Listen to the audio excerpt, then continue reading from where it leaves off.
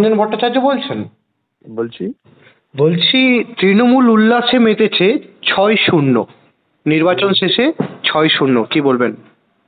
কিন্তু স্বাভাবিক, ওদের পক্ষে তো উল্লাস করার যথেষ্ট কারণ আছে যে ওরা ওদের গুন্ডামি দিয়ে ভোটের ফলকে নিয়ন্ত্রণ করতে পারলো সাফল্যের সঙ্গে, সেটা ওদের পক্ষে তো উল্লাস হতেই পারে। তাহলে আরজিকর প্রভাব ফেলতে পারলো না বলছেন ভোটের না, রেজাল্ট? এই ভোটে কি মানুষের স্বাধীন মতামত প্রতিফলিত করার মতো সুযোগ ছিল? এটা ভেবে দেখুন।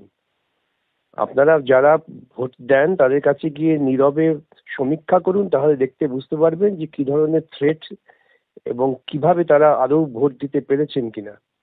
তৃণমূল যদি অতই নিশ্চিত থাকবে তাহলে দুর্গাপুরে একটা মহিলা কোঅপারেটিভ ইলেকশনে গুন্ডামি করবে না।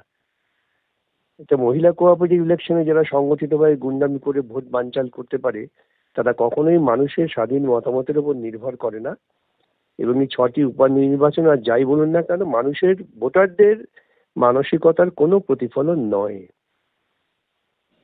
শেষ হাসিটা তাহলে মমতা বন্দ্যোপাধ্যায় হাসলো, মানে এই মুহূর্তে কি বিকাশ রঞ্জন ভট্টাচার্য কিছুটা শোকাহত হয়েছেন?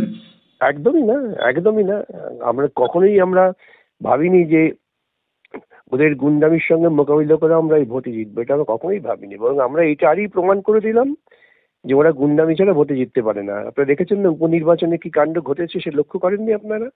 সাংবাদিকরা তো লক্ষ্য করেছেন। কিন্তু উপনির্বাচনের ভোটেও দাঙ্গাবাজি, ছাপ্পাবাজি, মানুষকে ভোট দিতে না দেওয়া, লক্ষ্মীর ভান্ডার কেড়ে নেবো হুমকি দেওয়া, এর বাইরে কি তৃণমূলের অস্তিত্ব আছে নাকি?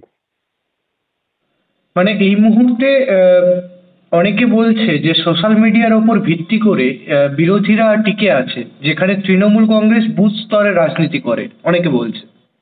হ্যাঁ, বুথ স্তরে রাজনীতি করে তো ওরা, ঠিকই তো। বুথ স্তরে ওরা মানুষকে প্রতিনিয়ত থ্রেটের মধ্যে রাখে, যার ফলে ওদের নেতা অনুব্রত আবার পুনর্নির্বাচিত হয়। যত থ্রেটের মধ্যে রাখতে পারবে ওরা ততই ওদের সুবিধে।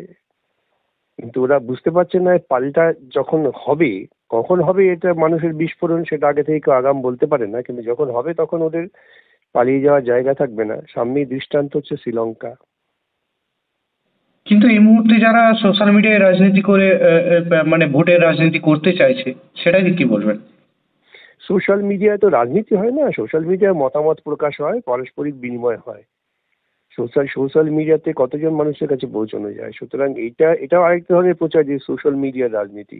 এটা আমি কখনোই মনে করি না। সোশ্যাল মিডিয়ায় যে যার মতামত প্রকাশ করছেন, সেই মতামতের মধ্য দিয়ে হয়তো একটা কিয়দংশের মানুষের মতামতটা বোঝা যায়, কিন্তু সামগ্রিক মানুষের মতামত তো বোঝা যায় না।